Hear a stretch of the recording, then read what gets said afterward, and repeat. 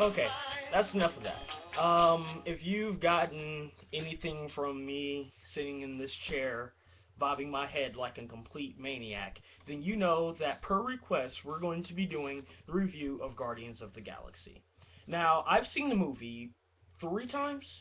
Yeah, 3 times. It's a really, really, really good movie. If you haven't seen it, even if you don't know anything about the Guardians of the Galaxy, go see it. Believe me, trust me when I tell you, this is one of the best Marvel movies that you'll see. It really just ties everything together. We get to see Thanos. I mean, if you're an Avengers fan or a Thanos fan, you know how big that was. Um, I just want to just give my review. Just address a few little things. I thought the movie was just like maybe 5 points off for being perfect. And there are a lot of inaccuracies that were in the movie that aren't in the comic book. But hey, I mean, the Guardians of the Galaxy have been around since the 90s. So that's literally hundreds and hundreds, close to thousands of issues. You can't compact all that within 2 hours. So I'm just gonna give you some things that I appreciated. Make sure you go to that comment section, tell me what you thought, and here we go. First things first, the soundtrack. Blue Suede, "Hooked on a Feeling," that we all saw or we've heard in the preview trailer for the movie. Just not even that song, just so many songs throughout the whole movie were just epic. They were just classic old school songs. Peter Quill, Star Lord, being abducted when he was a child from Earth, was in like the middle of the 80s. So all of his references, his music taste, he has a mixtape. So all of that's kind of dated. So that was really cool to see if you are into that kind of thing. One of the things that I mentioned earlier, which was my favorite part, was Thanos. We've been looking forward to Thanos uh, since the end of the Avengers movie. I mean, some people had to do a little bit of homework on him, but as soon as I saw him, I'm like, that's Thanos. That's Thanos. We're gonna see Thanos in an Avengers movie. I can't wait. Um, I've been talking to a lot of people recently. Some of my friends, just some people, comic book store, movies, arcade, stuff like that. Just talking to people, seeing their reactions. A lot of people did not like Thanos. To those people, go kill yourself. That was so epic. Thanos is such a powerful and dynamic character. He does not have to do anything. He doesn't have to do anything. He can sit until he is needed. A lot of people are like, he didn't fight. He didn't do anything. He only had a few words. So what? He's Thanos. If you know anything about him, you know how sick he is. Thanos is one of the most powerful people ever in the Marvel galaxy. So he doesn't have to get up and fight. He doesn't have to do that. He doesn't have to, oh, let me try to tell you how powerful I am by giving you a showy display of my power. Thanos doesn't have to do that. He doesn't. He's a character that needs no introduction. And if you feel that he does, then you kind of need to go back and reevaluate where you stand as a comic book fan. But that's just my opinion. But again, there are a few inaccuracies, not too big of a deal. Again, it's a 2 hour movie. You can't condense years of material into a 2 hour movie. So the biggest inaccuracy that I saw personally was how they met. In the movie, four of them meet on Xandar, Star Lord, Gamora, Groot, and Rocket.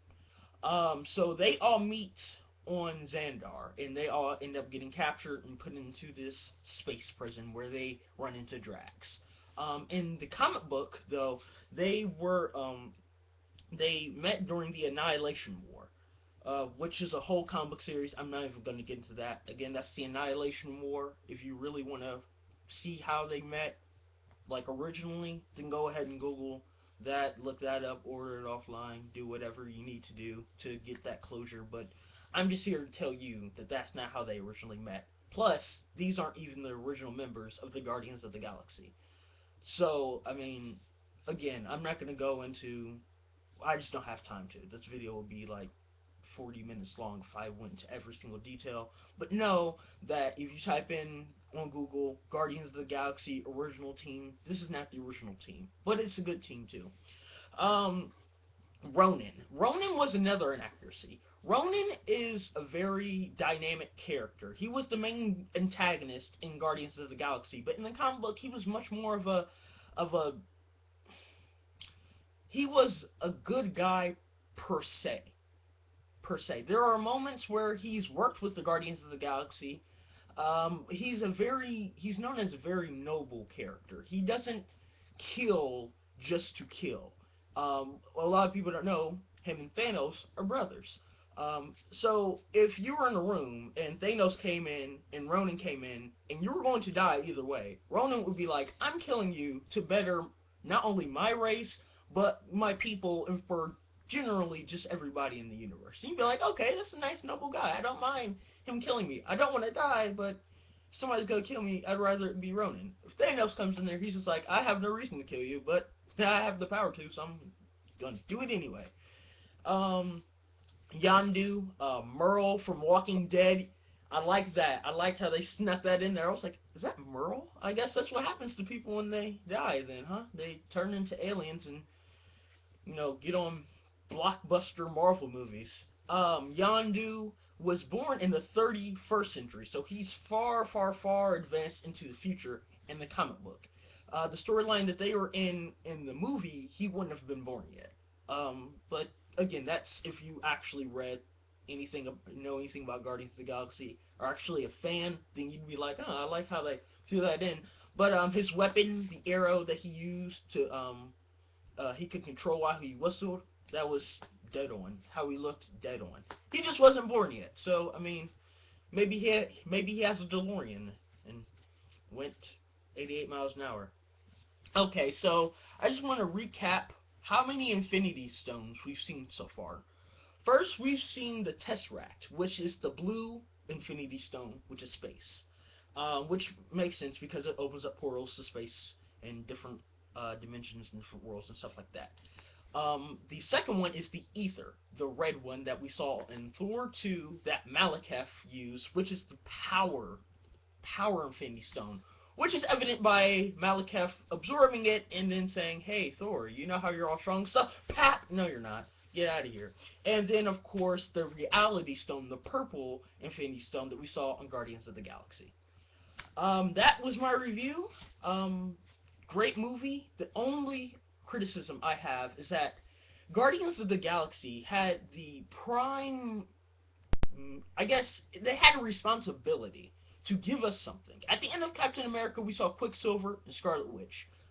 That's going to be something. We don't know what it is yet, but it's going to be something. At the end of X-Men Days of Futures Past, we saw Apocalypse, and if you saw in the background, Shadows of the Four Horsemen, which is going to be really, really epic.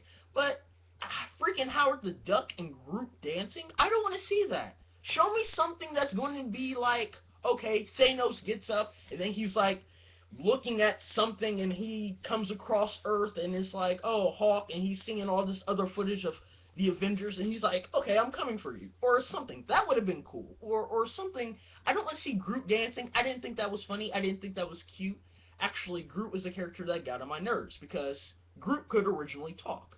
I mean, form sentences. Not like I just did, but form sentences. Have actual conversations. Instead of just saying, "I am Groot," he could say, "I am Groot and I'm going to punch you in your face." You'd be like, "Oh, okay," and he hits you.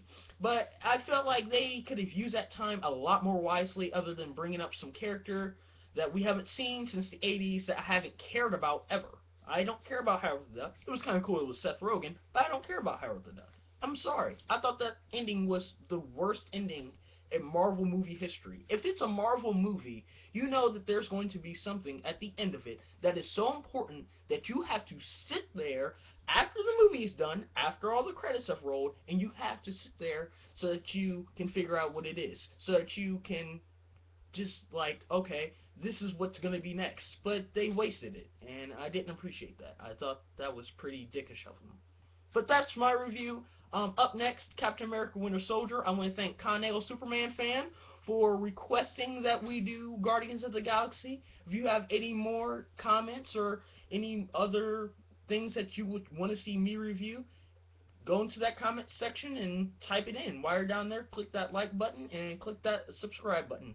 Until I see you guys next time, YouTube. Take it easy, guys.